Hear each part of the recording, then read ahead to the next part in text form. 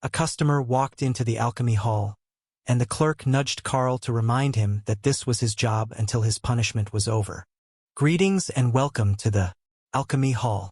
Almost welcomed them to the guild shop out of habit. What can I have them find for you? Carl asked. The immortal gave him a disgusted look and placed the list on the counter. Carl watched as the price of the request appeared on the cash register screen, as well as availability. This job was much easier than he had expected. It was just the part where everyone looked down on you for being on punishment detail that would get to people. All right, everything is in stock except the ice lotus blossoms. We have dried and powdered, but not fresh. Don't give me that bullshit, convict. Go get me the fresh flowers. Certainly. The estimated delivery time is 17 years. Would you like to wait here, or have them delivered to your dormitory? The man blinked slowly, processing the absurd response that Carl had given him. The hall actually had the fresh flowers, but only one, and he had requested 5. But if Carl grew the flowers himself, he could certainly have enough at the proper quality by the time that the 17-year quote was up.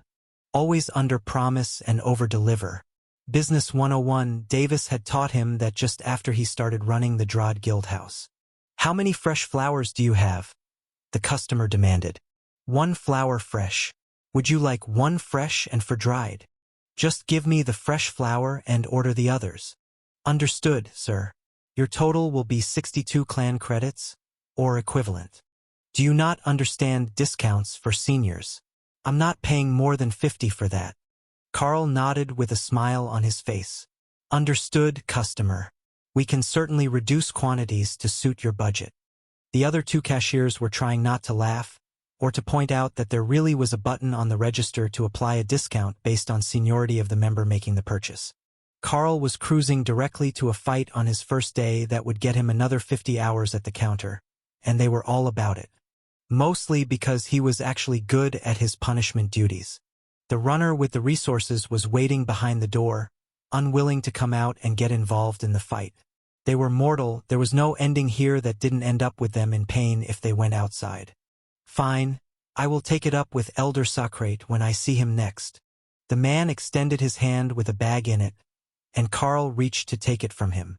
The immortal's fist flashed forward, slamming into the eternal lightning barrier in front of Carl's face faster than he could react. But he was only a split second late, and he took the bag out of the customer's hand as the startled immortal tried to understand why Carl didn't fly across the room. According to the counter, this collection of resources is worth a total of 68 credits. Would you like to remove items, or have the excess credited to your account? The man growled, and Carl tossed the bag to one of the other cashiers. The immortal didn't even flinch at the shock from eternal lightning as he grabbed Carl by the vest. You listen to me, you little shit. No, I think that you are the one with a misunderstanding. I will happily accept a challenge, but there is 0 chance that you win that fight. This humble convict recommends that you accept your purchase, and inform the ladies if you would like credits, or if you would prefer to have items returned from your payment. Carl's feet were dangling off the ground, but there was 0 fear in his voice. The clerks were mildly horrified at his attitude. That was not how you earned a peaceful life here in the New Home Merchant clan. But if Carl was angling to become an early entry elder, the moment that he reached the ascendant state, this was likely the proper way to establish his authority. A painful path that would lead to multiple conflicts with every other elder, but the only way that would get him the rank in less than 3 centuries. Put it on my account and give me my order. The immortal relented. The runner came out with the supplies, and the man snatched it from her, then stomped out of the alchemy hall. Are you sure that you know what you're doing? The teen girl asked. Carl patted her head. No worries. The actual power difference between spirit immortals and void immortals isn't that large. Not more than 2 to 3 times the average. I know what targets I can't deal with. The cashiers stared at Carl's hand. That was the second time that they had seen him pat a bunny on the head, and he didn't even seem to notice that he was doing it. But the runner was blushing before she retreated into her waiting room for the next order. A group of void rank immortals came in just after the runner vanished, and formed an orderly line. Welcome to the alchemy hall. What can I get for you today? The immortal tossed his sheet and a bag of coins on the counter, and Carl rang the order in. Everything is here. 10% frequent customer discount brings you to 8 credits or equivalent. He opened the bag and found that it was full of immortal-grade elemental stones. The counter said that they were worth 2 credits each, so Carl picked the top 4 and passed the bag back. Your order will be here momentarily. Here is your change. If the next in line would like to order, I will help you right away. Carl moved from booth to booth so that the customers didn't need to move from their spot as they waited, and the cashiers settled comfortably into chairs behind the counter. Having a capable helper who couldn't slack without risking having his recorded time refused was the greatest thing that had happened to them this year. The first runner came out, and Carl patted her head, then gave her a carrot cake cupcake that left the bunny confused. Did he think that she liked carrots just because she was a bunny? He wasn't wrong, but wasn't that a bit racist? Oh, these were good. Made with mystic cooking, and designed to increase mana regeneration with a side effect of extra smooth fur. Lotus had originally made them for Ophelia, who could never be fluffy enough for her. Order after order, Carl repeated the process, to the point that the cashiers were getting suspicious. Nobody got that close to the runners unless they were also mortals, who shared their degrading and animalistic status. But Carl wasn't speaking to them, and giving them snacks wasn't expressly forbidden. If anything, he was obeying the rule perfectly, treating them like a favored pet. But it felt like he was cheating somehow. In the waiting room, they knew that he was definitely cheating. The cupcakes were nearly as potent as a mythic rank growth potion, which the runners could not afford on their salary. Yet, Carl didn't even look when they came out. He just fluffed the ears and gave out snacks. Free growth snacks that made their fur soft. If the hall stayed busy, wouldn't they all get a year's worth of growth this afternoon? Once the crowd was gone again, the cashiers turned on Carl. What are you giving out to the runners? Snacks. Would you like one? The cost is minimal. Carl joked. The 2 women glared at him, and Carl laughed as he relented. They're just cupcakes. Carrot cake flavor. Here, try one. Being alchemy apprentices, the 2 realized immediately that the cupcakes were magical, and not just in the "this is magically good" way. They had been crafted to give specific spell effects, and Carl was using them as treats to win over the mortals. Highly suspicious behavior from any man, especially one with a skill to attract beastkin. But compared to Kara's actions, Carl's gifts would have seemed perfectly reasonable. Her class had just started Ameldor's combat training class, and the Chaos Badger was organizing the children into teams for a battle royale. The Wrath Demon was just watching as she worked, ensuring that she was being reasonably fair to the 2 teams, and not stacking the teams against one side. She had disrupted every class that she was in so far that day. Not because she didn't know what she was doing, but because she did. Better than the kids in class. And with that knowledge, she found new and creative ways to create what the teachers were dubbing an alternate success, where the outcome was not what they expected, but the effort did not fail. It was utter frustration, and they couldn't effectively argue that she was wrong when her solution did work. Ameldor examined the 2 teams that Kara had created. All right, we will let our newest student explain her rules for the match. Kara smiled. The rules are simple.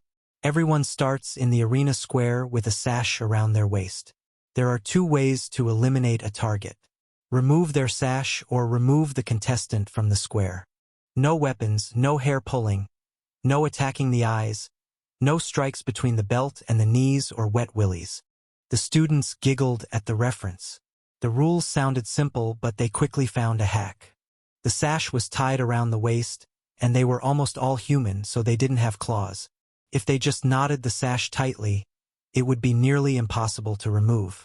They could work together and avoid being removed from the ring. They only had to find their opponents alone, or in smaller numbers, and they should be able to force an elimination. It seemed so simple in theory. But once the match started, Ameldor realized just how bad things could go if a bunch of competitive children were given too much freedom to choose how they fought. The first few exchanges were proper martial arts fights. Then one of the boys realized that the rule against attacking between the waist and the knees didn't prohibit him from grabbing pants at the knees and pulling them down. Once the first such ambush was successful, the whole vibe of the match changed from sparring to a no-holds-barred brawl. Clothing was shredded, faces swelled from slaps, children went flying as striking techniques gave way to suplexes and team throws. Ameldor started to make notes of techniques to ban from the next sparring rounds, and which ones they should likely start to teach. A defense against being pantsed was likely a good idea. Kara slipped past him to intervene before a girl whose trousers had been pulled could stab the girl who had targeted her. No weapons. Remember, when they get close enough to grab your pants, you can punch them in the face, just not directly in the eyes, she warned. The girl who had been gloating at her chance to humiliate her pantless rival now looked terrified as the other girl descended upon her, pummeling her while wrapping her legs around her target's waist, so she couldn't escape.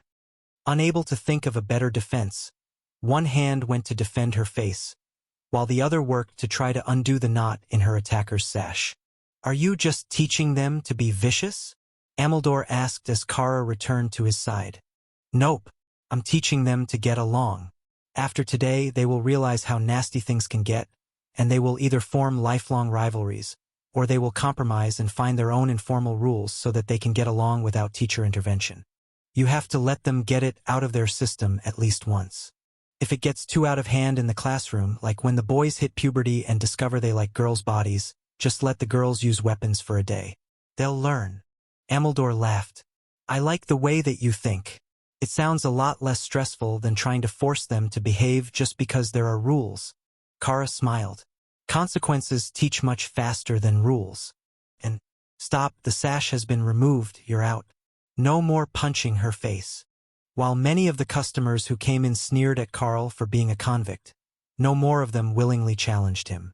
The alchemy hall was most popular with those who were in the early phases of the immortal spirit phase of their growth, and therefore needed resources that were relatively common to make the growth potions, pills, and healing supplements that they needed. For those who were already among the strongest in the clan, there wasn't much they needed other than those basic materials, and it was more cost-effective for them to buy them finished, by trading the loot they got on their outings to the warehouse for clan credits. When they got higher-level items that didn't work for them, they could trade them in for years' worth of stuff they did need. It was a simple choice. Just before dawn, the jingle of the door opening brought Karl out of his meditation, and he opened his eyes to see the peak immortal elder entering the alchemy hall reception area. "I see that you're working alone already. They must trust you much more than usual," the elder began. "Well, not totally alone. I can't enter the warehouse, so I've still got the runners on duty. What can I help you with this morning, Elder?" The old man smiled. "I just came to see how the first day of punishment detail had gone for you. New immortals usually rebel a little when they realize that things don't work the same as they did in the mortal world." Karl sighed. "Yeah, that one is on me. At home, if I killed someone allied to an idiot who attacked my people, they would just call it a stupidity tax. The worst part of it is that I actually do have a fine collection of non-lethal methods of dealing with the situation, but I didn't even think of using them. Because using purgatory and dumping all your mana is more effective when you can regenerate faster than you usually use mana." The elder agreed. "It seems that you have realized your mistake, and you've made friends here in the alchemy hall. That will work out well for you. What is that under the desk that you're making?" Karl held up the mana jade bracelet. "I've been working on the technique to saturate the bracelet with immortal energy to bring the quality up to immortal without losing anything from the original creation. It's been a learning experience. However, I'm still working on fully forming my immortal spirit, so it might just be that the problem is with me." "No, it's the technique. Put it in your inventory to do the upgrade. You can't express your immortal spirit externally at your level, so you have to do it internally, or you just swap the mortal mana for immortal energy. That's not going to do the job. Oddly, I sense more than one immortal spirit within you. A separate space for your beasts, perhaps." Karl nodded. "Indeed, they do have separate spaces linked to me. Their own dens of a sort. Go ahead and try upgrading the item in your inventory. I have a theory." Karl decided it was easier not to ask questions, so he moved the item to his inventory and focused his power matrix on the upgrade process. That was where his soul and power met, so it should be the best point to work from. Then, he realized that putting it in his inventory blocked it from alteration. So he moved it to that odd spot in his mind where the matrix was, and flooded it with pure power. Upgrade complete bracelet of domination mythic immortal 1/50th. Carl frowned at the message. Did he only get 50 uses of this ability? No, when he examined the item, the 1/50th was linked to the item itself. According to the system, there were 50 levels of immortal items possible. But it was still epic quality. Bracelet of Domination epic quality. Increases strength by 200% of modified base. Increases damage by 100% of base as physical damage. Reduces mana cost of skill activations by 20%. Successful strikes apply intimidation. Carl took out the bracelet and placed it on the counter. I see how it's supposed to work now, thank you, Elder. The Elder smiled at the item. Yes, just as I expected, your crafting will not require a fully formed immortal spirit. True runecrafting is a divine skill, if you can master it completely and learn the divine runes. So, it doesn't have to wait for you before it can be utilized. Damn it. Now I owe that dragon for 2 wagers. I am popular enough that others are making wagers on me already? Carl asked. The Elder laughed. The Chaos Legend, Matilda. I believe that you know her. Carl nodded. Indeed I do. We are guild members. Before you advanced, we made a wager. One was that you would be able to craft epic items before you were ascended as an immortal. The second was that you would kill someone your first week here. We both know that you did the second one, and now you've done the first. Carl chuckled. That one is partially your fault, but I would have realized the issue in a day or 2. I'll still have to find a skill or technique to improve my immortal spirit, but I was planning to go to the skill hall once I finish my shift here in the alchemy hall. As far as punishments go, this one isn't so bad. That's because you haven't realized you can't go in the dining halls or change outfits until your punishment is over. You do have your Dana Mage to bring you food, so that shouldn't be too bad. It's the ones without true support who suffer the most from the small side effects of the punishment details. Mostly, I just wanted to see your crafting this morning, and see if you were adjusting well. I don't think that we will have to worry about you killing any more junior members in the near future, which is a relief. Being a friend of that dragon, I was concerned that you would turn out too chaotic to function within an Immortal Realm clan. Well, I will admit that it's going to be an adjustment. But if I can still enter the skill hall, I can keep up my progress. Not until your punishment is over. But you look comfortable, you should be done within a week. It's only 100 hours. You can go to the warehouse and trade in that amulet if you would like. Or do you have a particular immortal warrior in mind? Perhaps that adorable kitten that is likely to be sleeping next to your wife. Carl sighed. He should have known that Nyan would find a way not to be sent away for the night. However, giving her an immortal bracelet before he gifted one to Dana? Probably not a great idea from a self-preservation viewpoint. Perhaps. I've still got plenty of time to work before dawn. I'll make something for my Dana Mage first. All right, behave yourself and I will check on you later. I expect big things of you, Carl the Monster Man. Carl took a long-bladed spear out of the guild storage. It was made at the Overlord rank, a good weapon but not one that they would miss. More importantly, it was extremely well-balanced and ornate. Perfect for Dana to show off. Runes for increased attack speed, lifesteal on hit, and then arcane damage bonus. Those would be the ones that he wanted as the core. But if it was going to be properly epic, he would need something more. He had some time, so Carl focused on the skills that he had to work with, intending to make something new, especially for Dana. A gift to celebrate immortality. She was a golem mage by combat style, so that was what he would go with. Something that would improve her golems or her group combat style. He could improve the armor for the golems. That would be pretty cool. But then Carl realized that there was a much more visually impressive option. If he combined Bodyguard with Reality Warp and bits of gargoyles, he should be able to make a spell that visually cloned Dana. No, it had to be Epic Golem, not gargoyles, so that he could hopefully keep her ability to transfer the auto-parry skill to it in combat. Carl sat silently in the empty room, meditating and combining portions of the spells in his mind, with runes to enhance the portions that he wanted to emphasize. He felt the sun on his face as dawn broke, but nobody was coming in yet. So he continued until he got a preliminary, minimally functional version of what he was hoping for. Mirror Image's epic skill creates 2 elite golems in the image of the caster with up to 3 of the caster's core class skills. System Notice Skill Master 5 Activation. Skill: Ascendant Divinity has improved to Ascendant Divinity 2. Ascendant Divinity, the Beast Master Champion's soul power increases at an improved rate based on the progression of their power matrix.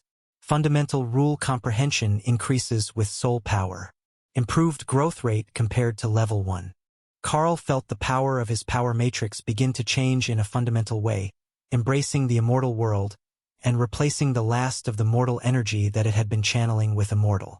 The refinement level increased as well, improving the purity and density of the energy in the beast spaces. That was perfect. Exactly what he had needed to move him along his path now that he had doubled the number of points in his power matrix. A sense of power alerted Carl to a guest, and he opened his eyes to see the elder standing in front of him again. "What did you just do?" "I was watching your power fluctuations to see how your crafting was going." Carl finished carving the spear in his hands and moved it to his mental space. "I advanced a system skill. It improved my power matrix's efficiency and my growth rate." The elder frowned. "You have a skill that improves the efficiency of the power matrix?" "Yes, I've had it for quite some time. It increases the growth of my soul power as well. It's really a huge benefit, especially with Dana linked to me. Our growth efforts resonate, pushing each other up. So, she gains from my growth rate, and I grow from her hard work. I remember how the soul bond works," the elder replied with a smile. "But it's the change to the power matrix that shocked me. That is nearly impossible for most immortals to do. It's akin to changing their training method entirely, not something that anyone would consider if they were actually making progress. Or like changing your system class. Nobody changes it, you just optimize what you have and aim for the top." Carl focused power on the spear, and felt the materials it was made of changing as its grade improved from Overlord through Totem, Mythic, and then to Immortal. The haft was jet black, but the blade was that impossible silver of the Chaos realm, with a white tassel. "And there we go. A gift for my wife. What do you think?" Spear of Sisterhood Epic Grade, Immortal Rank 1 out of 50. Increases attack speed by 40% of base, increases lifesteal by 10% of damage done, deals 300% of base damage as arcane damage on hit. Mirror Images activates on use or at will. The elder whistled in appreciation as he examined the spear. "Your Dana was really holding back in combat, wasn't she? That Mirror Images spell you are buffing for her is incredibly overpowered. She actually doesn't know it yet, but she will soon. I thought that it would make a lovely gift for her advancement to immortality. Her core class skills are auto parry, golem damage, and a combat skill. It might give the clones one of her attack skills instead, but those were all from the skill tree, so it should give her all 3 of her core skills. For me, it's more hit and miss. I've got very strange core skills." His base class skills were Greater Bestial Champion to double buff effects, Avatar Transformation, and Ascendant Divinity, which had just improved. They were strange skills for a golem to have. Not nearly as useful as giving the spell to Dana. Well, having a pair of giant world dragons on his side could be funny. The elder nodded. "That is understandable. The spell is much better suited to a battle mage or warrior than a beastmaster or avatar." The door chimed as a customer came in, and the elder nodded to the other peak immortal elder. "Oh, so it's our resident overkill expert and master for Sham. I felt the change in someone's immortal spirit and came to see who had advanced, since it didn't feel like an ascendance ceremony. Oddly, it appears that he doesn't have a fully formed immortal spirit either. Just an immense amount of potential power built up toward its formation." Elder Fersham nodded. "I asked him about that earlier. He hasn't learned a technique to materialize his immortal spirit yet." The newly arrived elder rolled his eyes. "I should have known that that woman's friend would be trouble. Already killing people, and he hasn't even started training yet. I'm never going to live that down, am I?" The 2 men shook their heads in unison. "The whole clan is calling you the Monster Man, and it has very little to do with the fact that you bond divine beasts. Elder Socrate, the head of the alchemy hall, came out to greet the other elders and looked startled to see Carl sitting there with an epic grade spear in his hand. Tell me that he's not attacking elders now? I swear we had an understanding about behaving before I went to bed. Versham laughed. No, he just finished making that. He wasn't going to use it on anyone. It's a gift for his wife. The alchemy hall elder stared at the spear for a moment, then smiled. That is a most wonderful gift for the wife. It hits every part of her combat specialties, even improving the effectiveness of her auto parry. You did well, monster man. Carl sighed, and the elders laughed. What? It suits you very well. Have you ever seen someone poke a wild animal until they snap and attack? Carl realized that they viewed him as a somewhat docile predator. One who would normally let you socialize with them, but which would attack at the slightest provocation. A bit like keeping a moorcat as a house pet. Or a chaos badger, Tion added helpfully. Hey, I do not attack at the slightest provocation. Whatever, I have to get to class. The kids will miss me if I'm not at breakfast with them in the school cafeteria. The door chimed as a customer entered, and the man froze as he saw 3 of the top elders standing in the middle of the room. I can come back, he muttered, turning to leave. No, finish your purchase, we were just going to breakfast. Carl, are you remaining here? Carl nodded. I will stay on shift until I am needed for something else. It will get me through punishment faster. If he just sat in the alchemy hall, he could be done his punishment in a little over 4 days. The man known locally as the Moron came forward with a list. 5 kilos of materials for basic immortal rank common grade healing potions. The cheapest potion that most immortals stocked. All right, we have them all in stock. Would you like to pay by coin or clan credit? Clan credit. I just finished a mission. It should have applied. Carl looked at the screen and then did a double take. Clan balance, 3 credits. No wonder everyone called him a moron. What sort of name was that? And he picked it for himself, no less. The runner waved to the customer as she brought out the ingredients, and then waited patiently for Carl to give her a treat. This morning was breakfast burrito day in the tiny world, and someone had made hundreds of them with mystic cooking. Do you eat eggs? Carl quietly asked the bunny. She nodded silently, and he handed her a wrapped burrito, then sent her on her way. The moron stared at Carl's hands in awe. You can just make food appear? What sort of overpowered skill is that? He waved his hands, as if willing it would make it happen for him as well. There in my inventory, it's not a skill. Here, it's a breakfast burrito to feed you on your way to breakfast. Nice. It doesn't even smell like garbage. Right, he sat in the corner by the trash cans. 2 credits poorer, the moron left the alchemy hall, while the elders frowned at him. You know, he actually has potential. But he's so determined that weird technique of his is going to make him a god that he's not even willing to try anything else. Carl shrugged. The burritos help with growth. Who knows, maybe they will be enough to get him moving. I noticed that he only got healing potion herbs, not growth potion materials. He doesn't believe in them, Elder Socrate confirmed. The man was definitely making his own life harder than it had to be.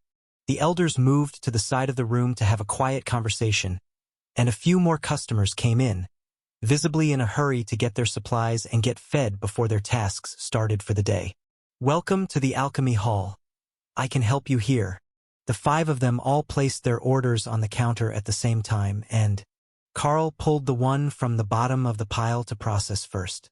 First come, first served. Please wait 1 moment. These are in stock, exchange, or credits. Clan credits. Make it fast or the tables will all fill up. Carl rang in the requests, and the bunnies rushed out, each holding 1 single order. They obviously could have sent 1 person with all 5, but that would mess up their system. The one where Carl gave them food. Carl passed out breakfast and patted the bunnies for luck as he passed out the orders, and deducted the clan credits. You're all good to go. Enjoy your morning. The group rushed out, and Elder Versham turned back to the counter. You know, Socrate, I think he's actually better at that than the paid cashiers. Most of the time, the runners take nearly the full 5 minutes to return with the herbs, but they come running for him. Socrate, the alchemy elder, chuckled. He bribes them with food. Still, they wouldn't even take food from half of the other employees. They'd be too worried about being poisoned as a prank. Carl sighed. What sort of prank is that? Bunnies are adorable. The little twitchy noses, fluffy ears. What is not to like about them? I'm more concerned that a certain catgirl is going to steal my good spot in the bed. Elder Fersham laughed. I knew that room was the right spot to put you. The Dana mage has even dragged Jeff out of his room to the dining hall. It's good to see everyone making friends. Elder Socrate rolled his eyes. That's because you have foresight, and you like to watch their relationships blow up the instant that they leave the clan compound and need to compete in the outside world. The old immortal just shrugged. Whatever. Watching them fight strangers lacks all the emotion and drama of seeing them backstabbed over a resource that they could have shared if they weren't trash as human beings. A customer who had been at the door paused when he heard the elder say that. The kindly Elder Fersham, the peak immortal who kept order in the clan, actually enjoyed watching them turn on each other, just to see whose personality was actually bad. That was not what he had expected at all. Carl was not at all shocked. After all, he knew Opal and Kara, and they both lived for drama. Once the butterfly advanced, he would have to introduce her to the elders. If they liked to watch immortals turning on each other, they would love her romantic dramas. The elders left as the next group of customers came in, and Carl set the spear against the wall as he processed orders. He knew that Dana would be here soon, and he was hoping to give her a bit of time to get curious about the spear before handing it over, instead of making it a surprise gift. She arrived after breakfast, and with a much larger group than Carl had been expecting. Jin's whole adventuring team was with her, as well as Jeff and Nyan. Carl, good morning. How was night shift in the alchemy hall? She asked. Wonderful. I actually got time to meditate and craft. I felt that. You made some sort of breakthrough. And what might that be? Carl smiled. An advancement gift for you. Here, try it on. Dana caught the spear and stroked it reverently. This is beautiful. The silver almost glows. Most of the group nodded in agreement, but Nyan looked confused. Glows? I would say shimmers. The color shifts make me a bit dizzy if I stare at it too hard. Carl laughed at her expression, and the fact that she wasn't looking away. It's Chaos Realm silver in color. Those who are attuned to chaos see it as a different color than everyone else. The nameplate of the item shifted as it bonded to Dana, becoming her personal weapon. But the attention of the others was no longer on the spear, but on Carl. They had gotten to the bottom of the description, where it clearly informed them that the weapon was made by him. You're an immortal weapon crafter? You could have told us that in advance. We would have saved more credits instead of spending them on supplies for the mission. Carl shook his head. I don't have a supply of weapons, I just advanced. That one is special. But once I am acclimated, I will sell some rare grade weapons. The group nodded eagerly, and Jean gestured to the others. We're taking Nyan, Jeff, and a bunch of other juniors out for the day. There is an open secret realm not far from the clan compound, and we want to go harvest resources. It's not high level, but we might be able to get enough credits to get something from you when we get back. Carl smiled. I always welcome a credit influx.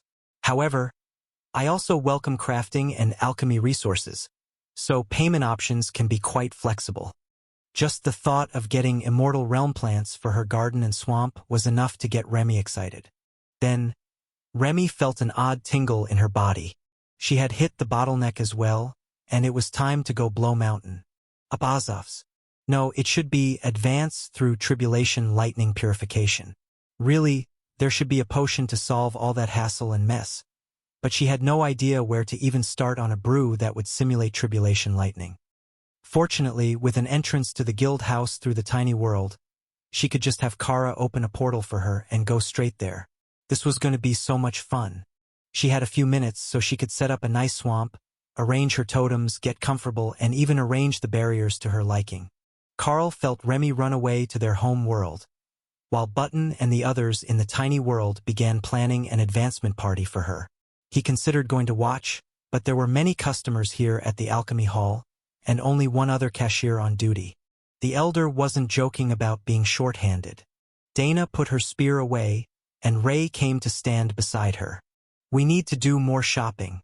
Where do you think is the most visible? Or do we shop from the spot we were at yesterday and hope for the best?" she asked. "Are you talking about the best chance of finding fashion? Or of you getting to stab someone again?" "Yes." The customers in line laughed quietly at her response. The goth girl was nuts. But even if they hadn't made it to the trial, everyone had at least heard the story by now. She could go incorporeal if attacked, and she was actually a blood destruction spider. Not a species you wanted to mess with. That reminded them. Where was the Chaos Badger? Kara had actually decided to ditch class to come support Remy during her advancement. But she had brought 2 of her new friends with her, and Dana was rapidly calculating whether staying with Rack or dealing with the fallout of Kara stealing the children was going to be more trouble. The clear winner was going with Ray. If someone was going to attack them, they would be better prepared this time.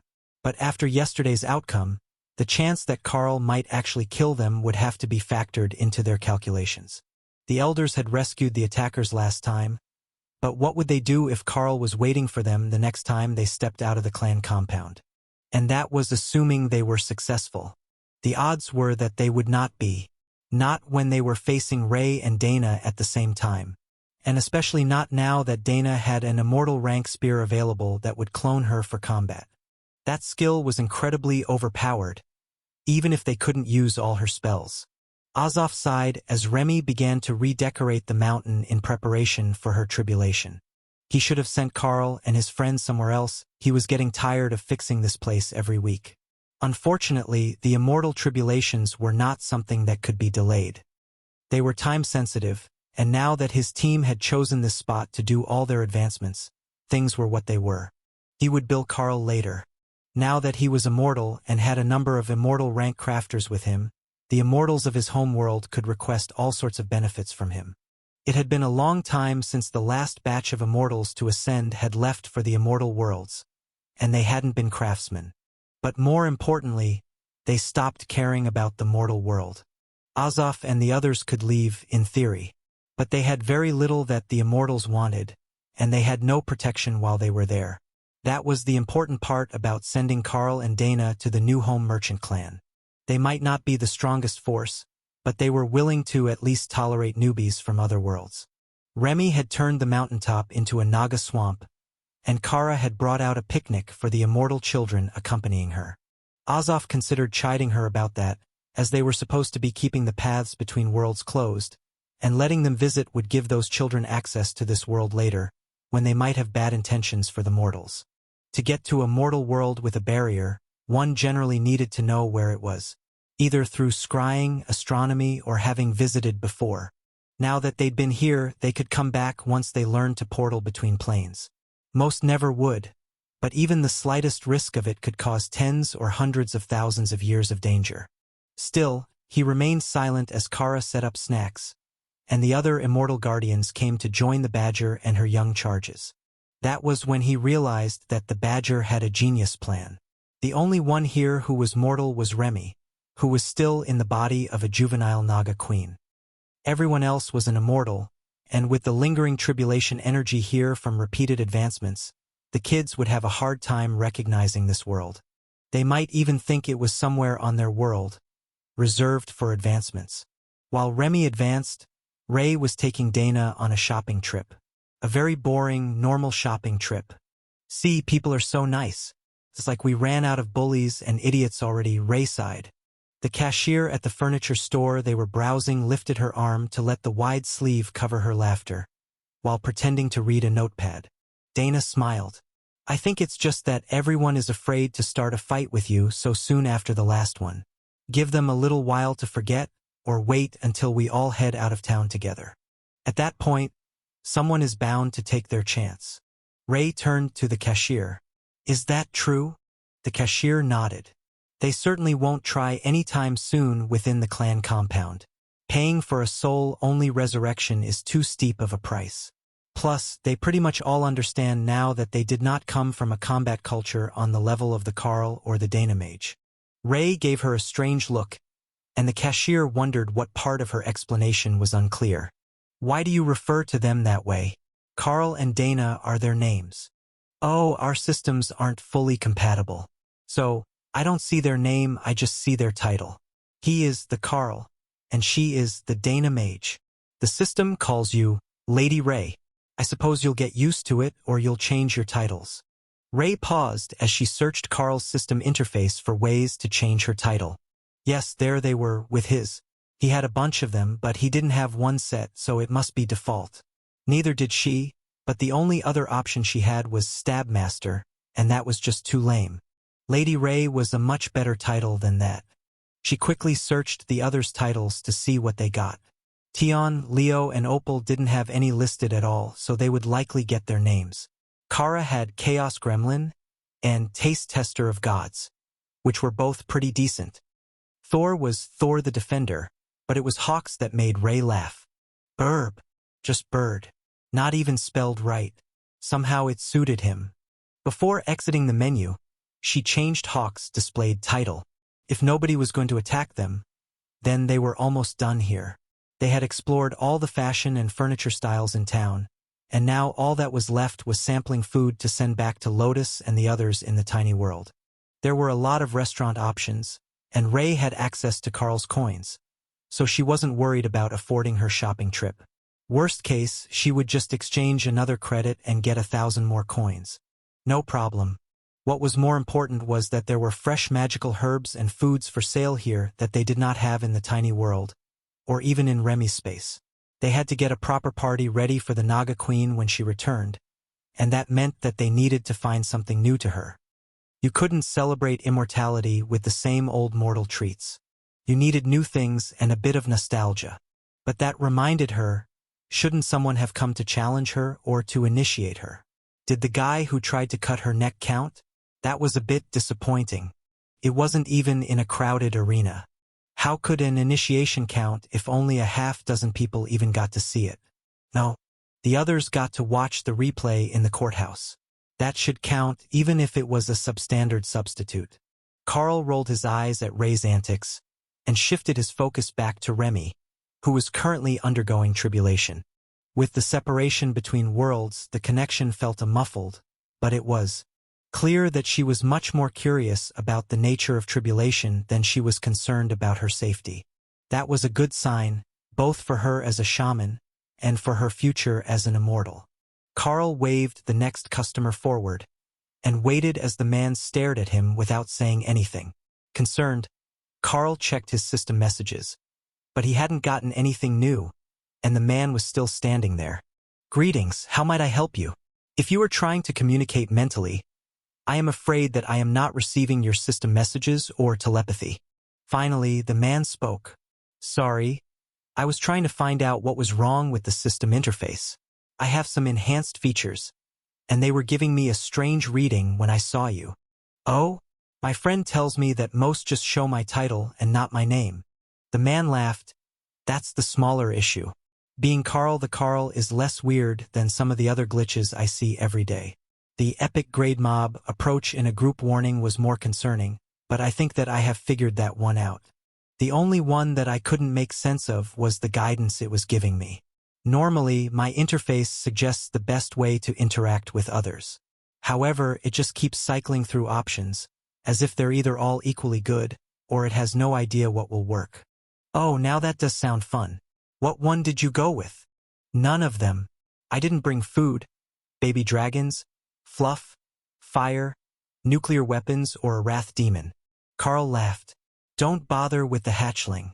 Every time I get close to obtaining one of the black dragons comes to remind me that their god is very insistent that I am not allowed to have a baby dragon. I will keep that in mind. Do you know why my interface is going crazy? I am a beast master. With multiple immortal rank beasts bonded to me, it's likely reading everyone at once. I'm more interested in what nuclear weapons are. The man laughed. It's a chaos element bomb that splits reality, as I understand it. Gigantic explosion. Hot enough to create a small star. On the mortal world, Kara perked up. That sounded fun. Hawk would be so jealous of her. Carl sighed. And now I know which one of them wanted the bomb. What can I get you from the alchemy warehouse? The man handed over the list, and Carl quickly rang it in. 4 clan credits or equivalent. I will pay with credits. Now, I just need to go to the warehouse and see if they have a strength ring in stock yet. I've been waiting weeks for a good one to come back, but there are multiple teams out at the trial instance since yesterday. How about a bracelet? I've got one that can be for sale once I have the warehouse appraise it. I'm new, so I don't know the cost yet. The man shook his head and raised his sleeve to show off a golden watch that was an epic grade attack speed-based accessory. Oh, that is good. Yeah, you're not going to be able to replace that easily if the one on the other arm is as good. The other arm? You have 2 arms, 1 bracelet on each arm. Is that not how it works for most people? The man shook his hand. You can't use identical items on both arms. The bonuses don't stack. You need to have different bonuses on each item. Oh, now that is inconvenient, especially for warriors who really only need 3 or 4 different bonuses. However, I think if you devote one arm to attack speed and physical stats, you can devote the other to skill bonuses or even resistances. The man nodded. That's how most of us do it. One is all offensive, the other defensive. In that case, I will have to keep my eye out for items with common bonuses. I might be able to obtain them for cheap, as I can stack matching bonuses. That was the best excuse that Carl could come up with for his curiosity without revealing that he was the one making the items to someone who wasn't immediately going to be a customer. Well, good luck with your alchemy, and hopefully, there will be something good in the warehouse for you today. As the man left with his goods, Carl fed the bunny, and Elder Socrate came out to inspect the front counters. You're not going to offer to make him a perfect item for an exorbitant price? Nope. I'm going to make one for the warehouse and let him buy it from there. Until I know the pricing, it's safer to do things through the intermediary, even if it adds a markup to the price. The alchemy elder laughed. That item likely won't ever go up on the open shelves. The moment that it comes in, the staff in the warehouse will alert their elders to come over and buy it. When he said a good strength ring, he meant rare grade at best, or uncommon with a peak bonus to strength. Carl sighed, then took out a simple overlord rank wooden ring.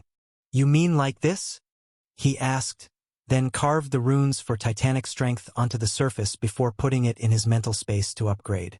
Elder Socrate watched Carl's mana fluctuate as he upgraded the item to immortal rank, then put it on the counter.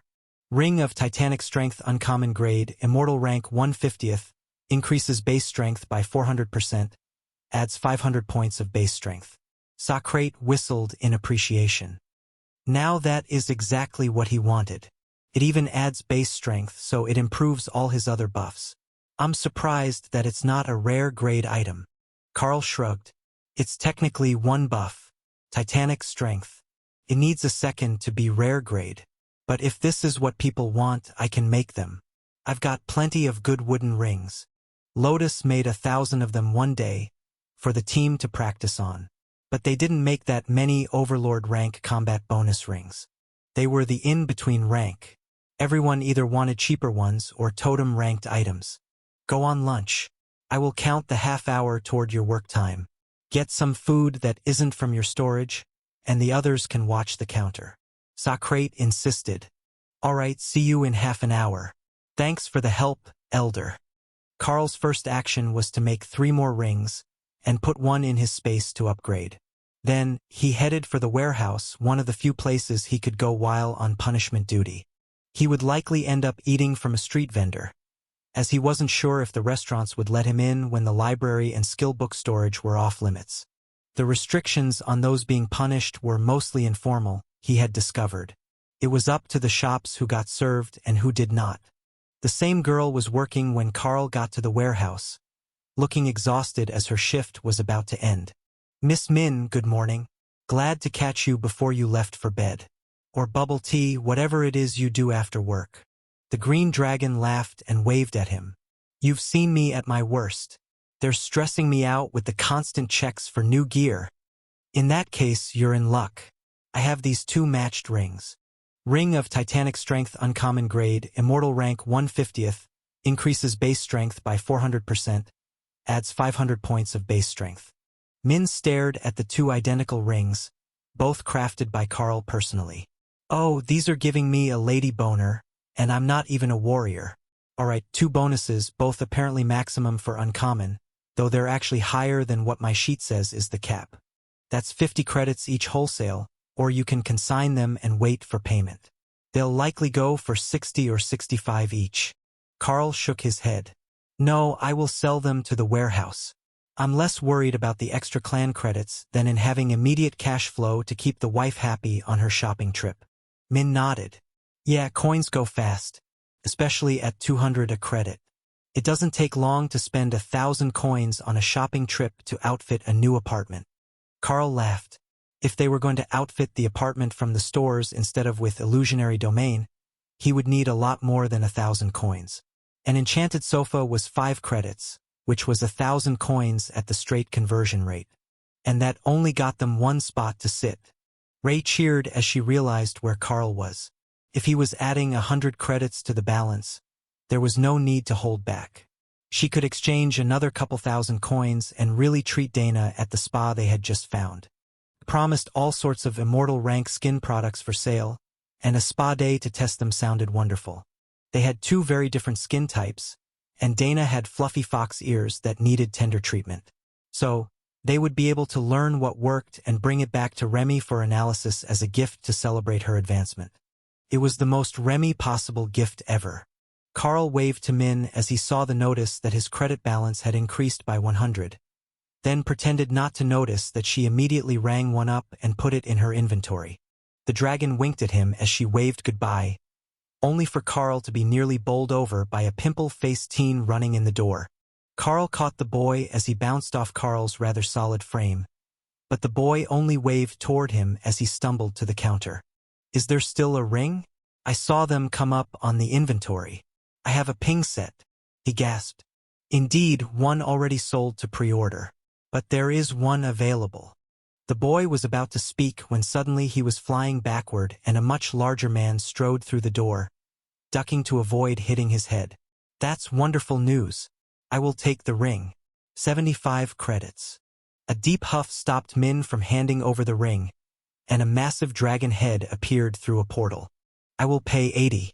Then the dragon transformed and stepped through to square off with the other warrior. There was a sign above the counter that very clearly said, first come, first served. But that sentiment appeared to be much more of a suggestion than a hard and fast rule. Are you in the bidding war?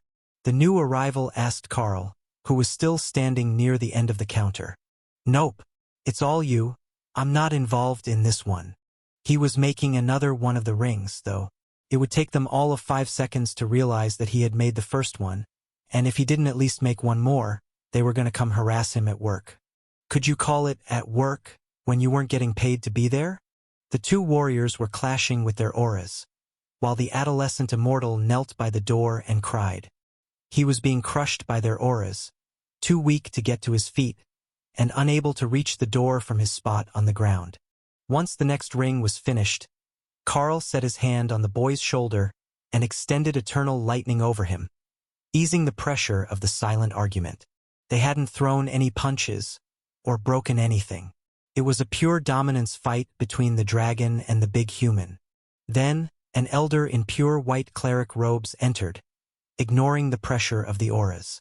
Ah, Min, you're still on shift. I see that you've got a strength ring in inventory. Carl resisted the urge to facepalm as the elder ignored the argument in the middle of the room, which was rapidly fading as they realized they would lose out on the ring to the elder. The current bid is 80 clan credits, Min explained. The elder frowned. That's a lot for an uncommon ring. Min placed it on the counter so everyone could see the actual bonuses on it. Oh my, now that is a work of art. And it's a handcrafted piece, not a dungeon drop. Who lucked out and made by Carl of the Darklight host. Every head turned to face him. Gentlemen, enjoy your bidding war. I need to get back to the Alchemy Hall counter. I only got 30 minutes for lunch. Oh no, you don't. You're not running away like that. The 2 warriors moved to stand between Carl and the door, while the young man quickly escaped what was likely to turn into a heated argument about crafted items he couldn't afford, no matter what his account balance said. Carl switched the rings that he was enhancing as one was finished to the immortal rank. If he could hold out for a few more minutes, he would have a ring for each of them. However, by then, they were likely to have many more people in on the bidding war. Perhaps he could get away with just giving them one and claiming poverty. Tell them that it took days to make more, and they wouldn't have any way to prove him wrong, as they had no idea how he was making them, or what he was making them out of, as the material changed as he improved them to immortal rank. It was a brilliant plan. Now, I need to know where you learned to make immortal rank items of the rare grade before you reached the later stages of immortality. The elder in the white robes demanded. I'm a runecrafter. Surely, there are at least a few in the region, even if the New Home Merchant clan doesn't specialize in crafting. The elder nodded. There is one in Kondim, an elder of a local sect. Carl chuckled and the two other immortals smirked. What? Oh, that damnable name. Yes, I get that it sounds like condom. However, it is the city founder's name and he is quite sensitive about it. You would do well to remember that. Got it, my apologies, elder. Now, I simply must return to my duties. The elder was about to dismiss him, then remembered there was a reason they were talking about this. You are a slippery one, aren't you? No, you're not running away until this is settled. I will explain to Elder Socrate that you were delayed for a valid reason and not slacking at your punishment duties. Carl sighed and took out the completed ring. Fine, I do have a second ring. You can argue about who gets them, but they take time to make, so I don't have any more ready right now. Why would you be reluctant to sell such valuable items when you're short on clan credits? The elder asked. I'm not short on credits, though. I just sold the one you were arguing about, and my wife hasn't even spent 10 credits on her first Immortal World shopping spree.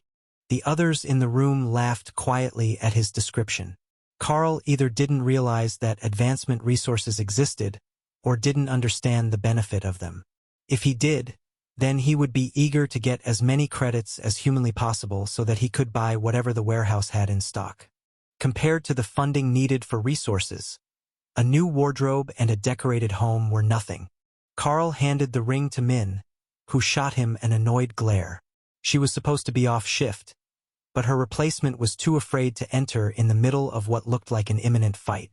That meant she was stuck here until everyone left, and the elder was not going to let Carl simply run away when there was a chance of getting good things out of him.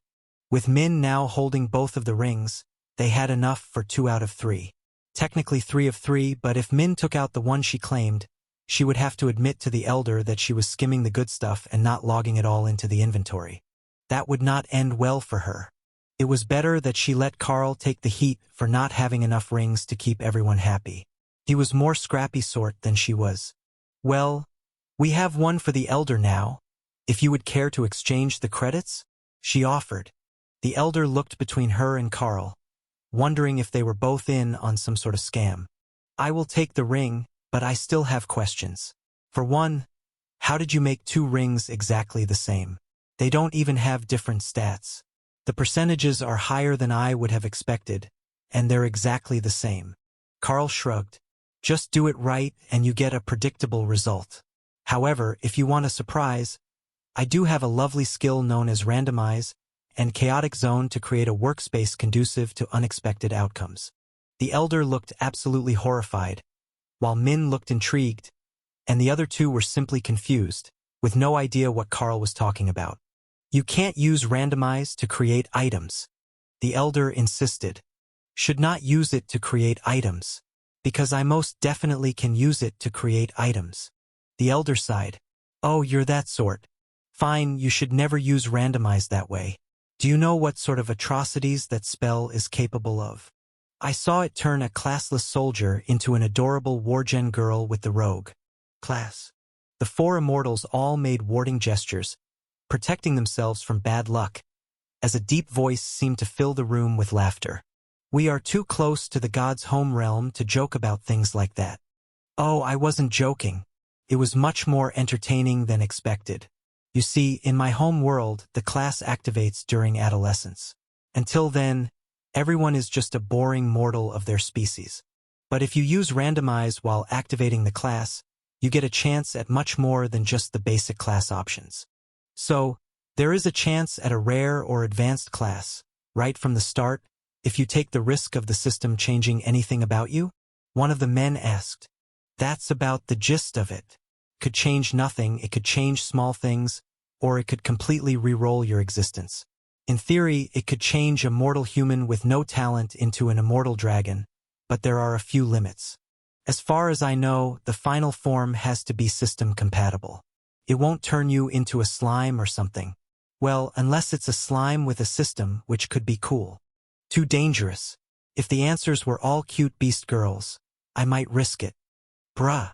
Min laughed as the conversation got completely sidetracked. They were not even thinking about the rings anymore, though the elder had put payment on the counter for one. She pushed the ring into his hand, and the elder's mind turned back to the task at hand. Right? The rings. Obviously, you can make more. How many can you make? We have thousands of warriors who need rings. Carl sighed. He knew that was coming. There were too many warriors everywhere. Even in the immortal worlds, it was all warriors all the time. What Carl didn't know was that it was so much worse here. Everyone focused on combat skills because travel was so dangerous. So, there were basically no options chosen by most of the population but melee combat classes and mages. Even clerics were a rare option, unless they were dragons of the pantheon races. I know that we're immortals, but it will take significant time to make thousands more rings of that type. It's not a copy and paste process, and I don't have the immortal rank raw materials to make many more of them. Carving isn't my specialty, so I often procure the base rings individually and then enhance them. Carl explained. Well, I'm sure that we can find some. We are a merchant clan. The new home clan has portals, boats, and ground-based trade caravans constantly moving across the continent. If we can't find it, nobody can. Oh, if you have boats, does that mean that you have sea elves? I haven't seen any since I arrived, but I haven't had an opportunity to explore. Carl asked, again with the protective gestures. No, the blue elves are better known to be pirates than legitimate merchants. I would advise staying away from them. Their affinity to their god is strong, and they tend to advance fast, so there are many ascendant immortals in their ranks. The elder warned. Got it. No flirting with the elf girls in exchange for loot. Got it, definitely finding elf girls to loot. Kara confirmed in his mind. How is Remy doing? She's dancing and singing, but she's all finished her advancement. Well, it made sense that she would want to celebrate before she came home. But Carl had misunderstood. Remy's advancement had come with an evolution. She had gone from Naga Queen to Naga Matriarch, an innately immortal ranked monster species. But the advancement had reset her growth in line with her power level relative to her new species, and she was a tiny spirit snake again until she transformed. Even in Naga form, she was less than a meter long, just a hatchling of a matriarch, and for the first time she was considering actually using a humanoid transformation, just so she could reach her cauldron to do alchemy. Fortunately, she could fly, so she could at least see into it, even if it was awkward to move ingredients without using wind magic. Ask the immortals about making pills instead of potions. They're smaller, easier to handle. No need for a larger body just to hold your work. Thor suggested. That was also a pretty good option. She would have to bother Elder Socrate once she returned. There were bound to be things that he could teach her about alchemy.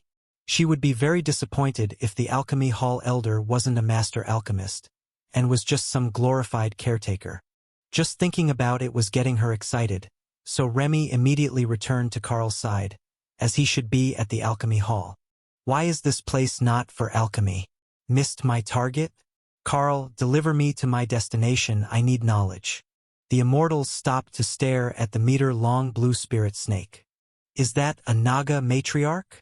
The elder asked. Her name is Remy, and she is quite obsessed with alchemy. I was supposed to be back at work by now. Carl agreed. The elder sighed. Fine. I will take one ring, they can argue over the other. Come.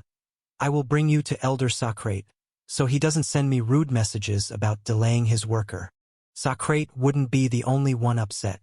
Mona was on duty again today, and Carl had left her hanging during the afternoon rush.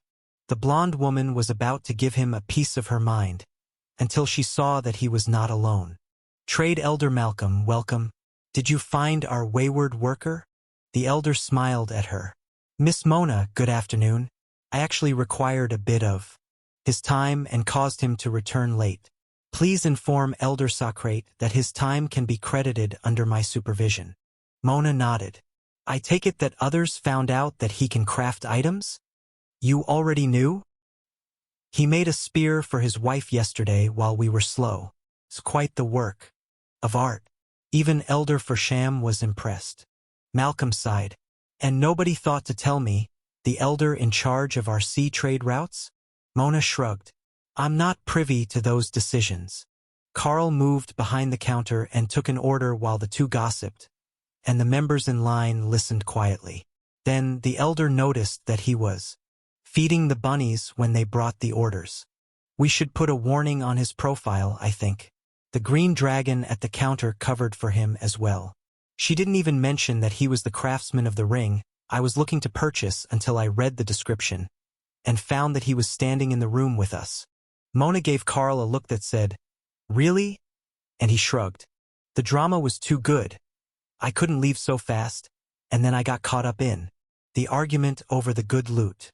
Remy bopped her tail against Carl's neck, reminding him that she was still there, and startled the men in line. Sir, are you aware that there is a venomous snake on your shoulder? Her name is Remy. She is an alchemist, it's fine. Elder Socrate, who had been watching the drama in the warehouse from the Alchemy Hall's monitors, came down to investigate this claim of a Naga alchemist. That could make his day interesting. Remy floated off Carl's shoulder to sit on the counter and transform back to her diminished Naga form, still no more than a meter long, and extremely slender compared to a human her weight. Elder Socrate, the Carl says that you know alchemy. I need recipes. I have stuff and recipes to trade. Do you want to know how to fix your hairline? I have a very good hair growth cream. It works instantly even if the hair loss is extreme. The elder laughed. At my age, this level of hair loss is dignified, I will have you know. I have quite gotten used to it, but perhaps just a little bit to thicken the beard. Remy slithered up his arm, while the customer at the counter recoiled in horror. He was definitely not a snake person. Not at all. Leave that nonsense to the monster man and the elders. Remy and Elder Socrate chatted silently in rapid technical jargon about alchemy, and then the tiny Naga took out a blue flower, and the elder got extremely excited before leaving the room with her still wrapped around his arm. Well, that settles that. Remy has made a new friend. Who is next? I will help you here, and sorry for the delay. The line at the Alchemy Hall began to move again, and Hawk left his space to sit in the rafters and watch the festivities. This place was lively, and there were so many fire users that it was hard not to like them. Even the weird systems liked to use energy explosions, and those were almost fire. Certainly, they were not water. One by one, the customers moved through the line, each of them wondering what sort of crazy changes were going on in the Alchemy Hall this week. They had a convict working off his time at the counter, which was uncommon enough, if he wasn't an alchemist to begin with. But now they had a dark flame phoenix in the rafters, and rumors were that the hall master was locked in his room with a Naga matriarch. Seeing one monster in the clan compound was strange enough, but lately they were everywhere and either tame or somewhat domesticated. Tame was not the word to use for a chaos badger. Even domesticated was questionable. Kara had returned when Remy did, only a few minutes later, so that she could pack up the children and the picnic before returning to their afternoon class with Ameldor, which was the highlight of her day's plans. They definitely couldn't miss combat training, even if they were in trouble for ditching half the day's classes. Maybe they could call it an educational field trip? One look at Amador's face said that they would not be getting away with any simple excuses. He had gathered most of the children's parents, and two of the other elders at the door to his class, waiting for them to return. Care to explain? There was a tribulation and we had to go watch it. The chance to get a first-hand view of tribulation lightning doesn't come every day, and it's important that they fully understand the phenomenon so that they have a better comprehend of the nature of immortal energy, Kara replied confidently. Is that the story you're going with? Does the story need more details? The Wrath Demon smiled, while the parents continued to glare at Kara, who they thought was just a troublemaker of a student. Immortal-ranked beastkin children weren't completely unheard of, so while they looked down on her as a bad influence, she had also reached immortality before adulthood, and that was up to the standards of the best of the immortals. Most of the purely human children in the immortal worlds were not born as true immortals. They gained the immortality as they matured, and simply enjoyed a higher status for having been born in the immortal realm and coming from immortal parents with the ability to reach immortality naturally. One of the parents glared at Kara, who walked right up to her legs, forcing the irate mother to look directly down at her. Taking advantage of the blind spot under the woman's rather ample midriff, Kara pilfered the contents of her pockets, only to find that she wasn't carrying anything but makeup. Perhaps the Dana mage would like it? Kara hugged the angry woman. "I'm sorry we made you worry. I swear it was perfectly safe. We even had a peak immortal watching over us at the destination, and I kept the portal open the whole time in case there was danger. Anywhere that it was safe to do an advancement to the immortal rank would naturally have peak immortals watching over it, perhaps even one of the supremes who guarded this world. But that did not mean it was safe. Those men, and it was almost always men, were recruiters for their factions, clans, and organizations. They were watching that place in order to recruit a new immortal who didn't have a private safe spot to do their advancement. So, in a way, the safe areas for tribulation were actually the most dangerous, as the new immortal had to navigate their way through the advancement without offending any of the groups, but while still picking one for safety. How Kara had known one was happening today and where it would be, she did not know. But she did know that it was not safe. "Who are your parents? We need to speak with them about this sort of behavior, young lady," the angry mother demanded. Kara smiled, and Ameldor resisted the urge to laugh. The woman hadn't realized that Kara was a Chaos Badger yet, and thought that she was just one of the students. "Oh, that would be Mr. Carl and the Dana Mage. They are my legal guardians. You can discuss it with them if you think that my actions were out of order. But I assure you, it was perfectly safe, and look how happy everyone is to have learned some new things, while still getting back in time for combat class. Where do I find this Carl person? He should be doing his punishment detail at the Alchemy Hall today. For killing those people and blowing up a clothing shop." Before she could question the last bit of Kara's answer, the woman was storming out the door, dragging the laughing badger by her overalls. Behind them were all the other parents, who had realized that the badger was actually more powerful than she was. A procession of curious students, as well as Ameldor, who expected to need to serve as referee for a challenge. Just a few words would have alerted the irate woman that she was making some sort of terrible mistake, going to confront someone on the word of a Chaos Badger who may or may not even know the person in question. However, it was so much more entertaining to just let her do it. They had already accepted that the outing was properly supervised, as the badger only looked like a child and wasn't actually a student of the school. Therefore, whoever she was leading this woman to had to be incredibly entertaining to have overcome the badger's urge to just continually troll the woman herself. Carl braced for a furious mother's arrival as he finished delivering orders for the people in line at the Alchemy Hall. Her fury arrived before she did, her aura pounding at full intensity and all the hate made possible by a helicopter parent scorned. Even the elder came out to see what had made her so upset. "Good afternoon. What can I get for you? I am new, but I can process returns if you need." "Yes, your child abducted mine. Took her to an entirely different city on an outing without a permission slip, parental approval, or a PDA commission study," the woman shouted, holding Kara in front of her.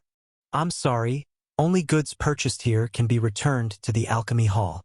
We cannot process a refund for this lovely badger. Do you think that you are funny? Is that it?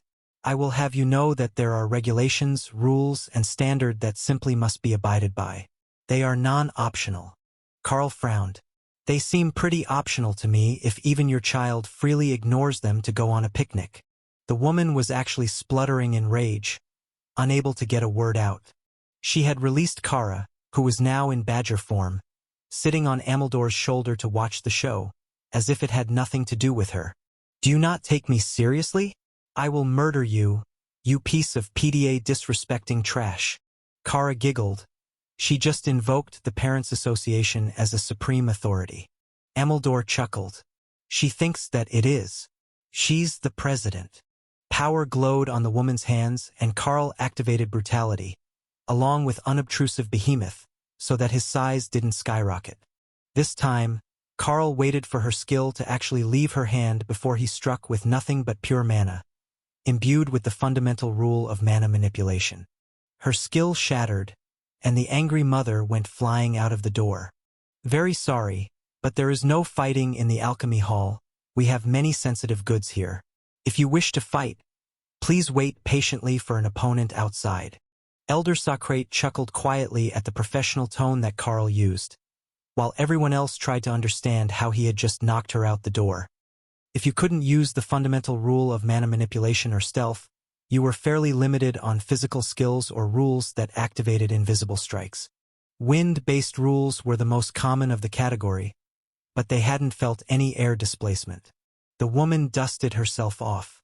I have challenged, and you have responded with force. You have no right to turn down the duel. Meet me in the arena in 5 minutes, she declared smugly. Carl turned to the elder. Sorry, I will need to take a short break. 15 minutes at most. You think that 15 minutes will be enough to take down the PDA? One of the other parents asked. It's just one person. How long do duels usually last? The man laughed. Oh, it's not just one woman.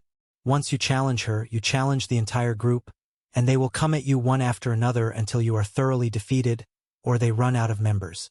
How hard do you think that I have to hit her to dissuade them? As gently as possible, so you don't actually make an enemy of all the parents of the children who went on an outing with Kara. Damn. Elder Socrate laughed. You were thinking something more extreme than just vaporizing her body, weren't you? I mean, I do know Soul Siphon. Elder Socrate made a frantic waving gesture. That one is most definitely banned in the arena. It shouldn't activate, but if it does, we'll both be in trouble. Right, the elder was responsible for Carl's good behavior. Fortunately, that didn't extend to Kara. The group followed Carl to the arena while he came up with a plan. How was he going to defeat that woman without pummeling her into oblivion? I have ideas, Opal suggested. If you use an illusionary domain and reality warp with chaotic zone and mana suppression, you can force her to battle her worst nightmares without the ability to use skills. And what might those be? Start out easy, dropping off the kids at school, but she's actually naked, or in her nightgown. Then a letter from the principal that her child has been expelled for drug use. Finish it up with a Ray special, things that go bump in the dark, and you can get a victory by complete mind break. That's evil. I like it. I wonder if there is a way that we can make it harder for her to adapt to. Pacifism and dominating power. I'm willing to wager that her mental strength isn't higher than yours is. Dominating power should put her in full hypnosis, then just a bit of intimidation or oppression should get her in the dream state you want. Don't forget to apply the mana manipulation rule to make a barrier over everything, in case she overcomes mana suppression. Kara added. Wait for me, I'm coming back with the Dana Mage. This is too good to miss. Ray mentally shouted. The irate mother was waiting in the arena when Carl arrived. Are you ready to admit defeat? Kneel before me and serve the PDA for 100 years, and I may forgive you, she demanded. Did you read that line in a novel? It was a smutty novel, wasn't it? A genuine bodice ripper, sort of spicy evening read. Carl joked. Elder Socrate flew up to the referee's stand with Remy wrapped around his neck like a necklace, and called down to them. If the contestants are done trash-talking, we will get this started. Of course, Elder. I would hate to waste your time. The Elder nodded, and the woman drew her sword. Then Carl blocked off all energy in the area using mana suppression, before hitting her with overwhelming presence, dominating power and pacifism.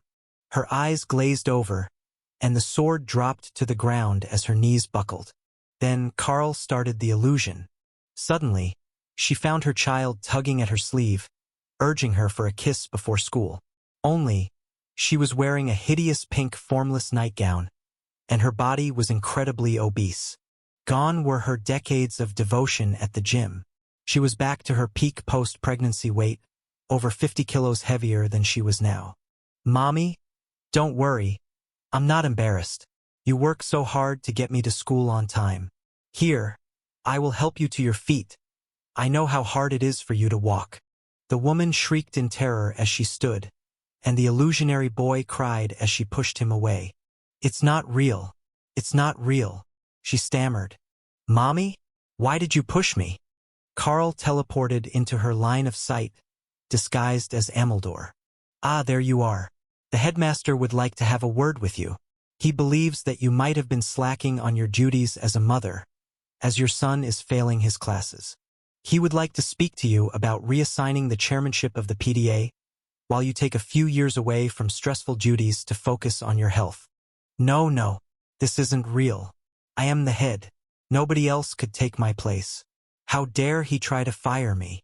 She waved her hand ineffectually, and Carl created a layer of gravel over the sword she had dropped, hiding it from sight before she realized this was an illusion. "Please, there is no need for a public spectacle. We can handle this privately." The immortals in the stands watched in horror as a respected member of the parental community had a full-blown mental breakdown, slapping at the fake wrath demon after she failed to activate any of her skills. "Sleep, and you will feel better in the morning." Carl put a heavy dose of mental domination behind the command, and her eyes closed. In that instant, he changed the setting to a generic bedroom that he hoped was like hers, and made the illusion nearly pitch black. Copying Ray's new skill, Undead Minions, he called forth a group of zombies to scratch at the windows.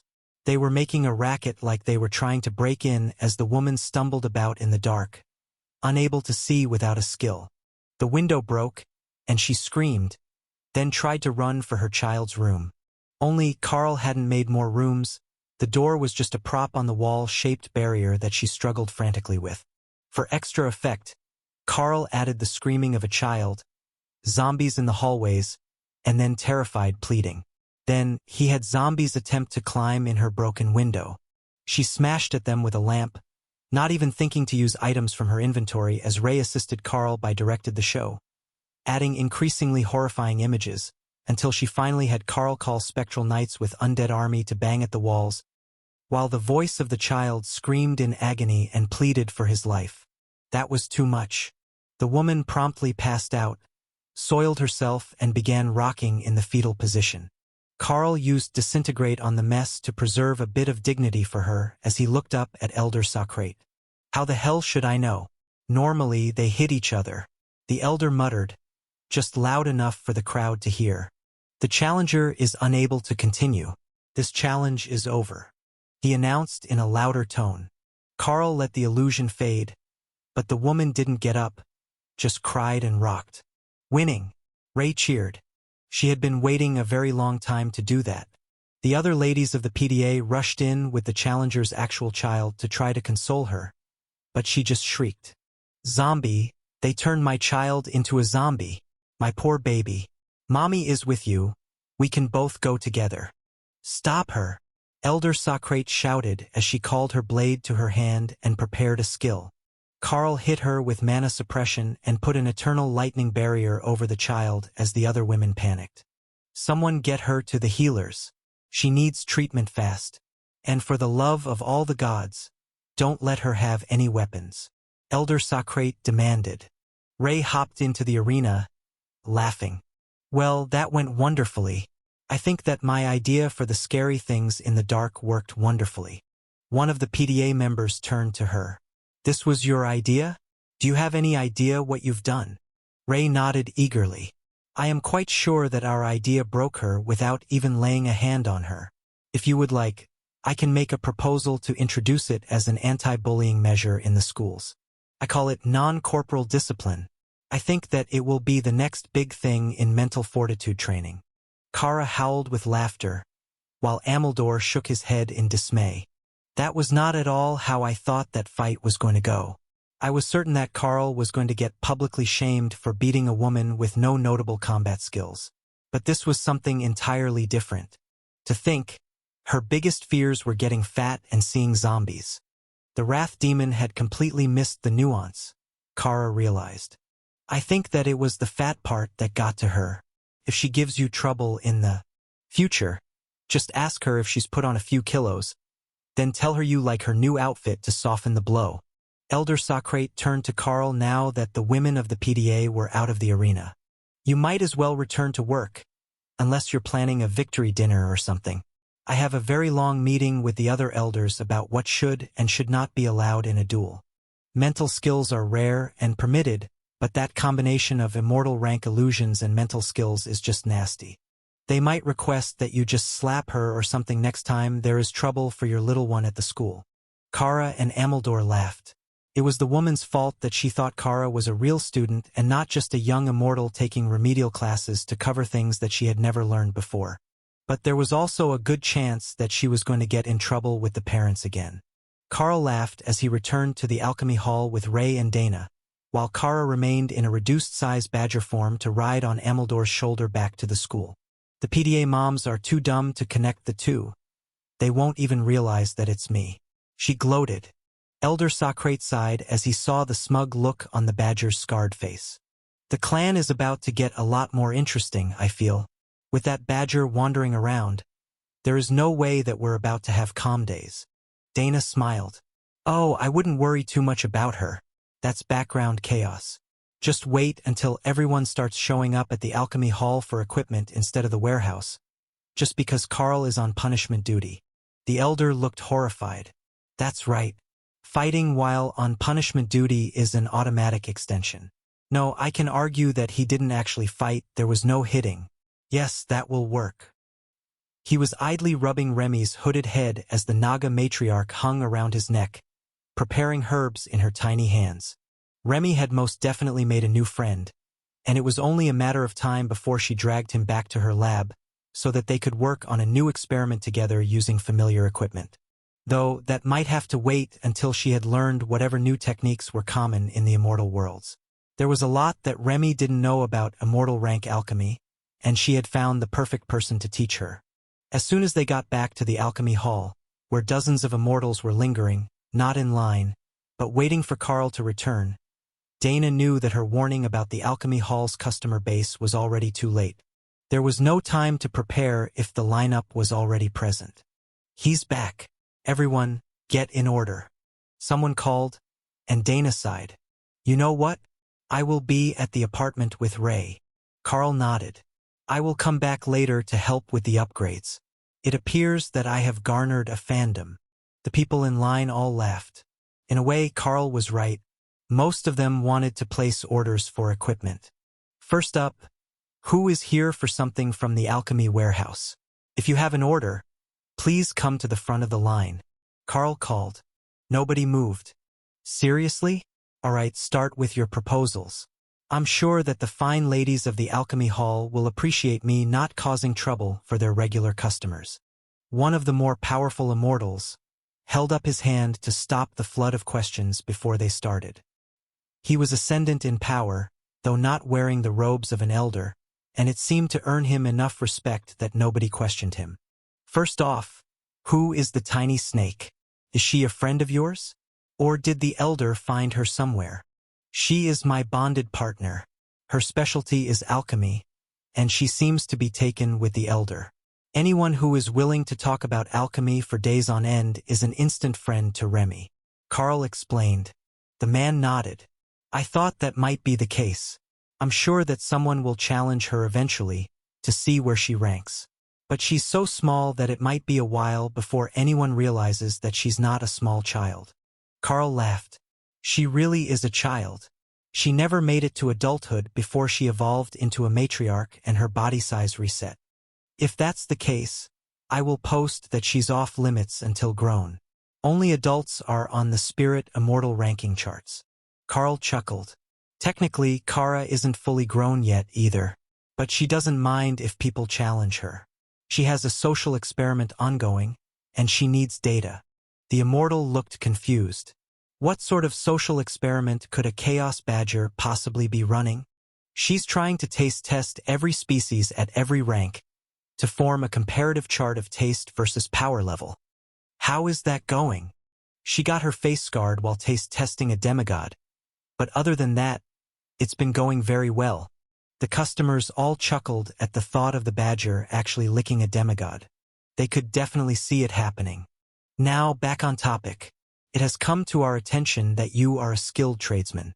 You are likely aware that the New Home Merchant Clan is not primarily a crafting organization.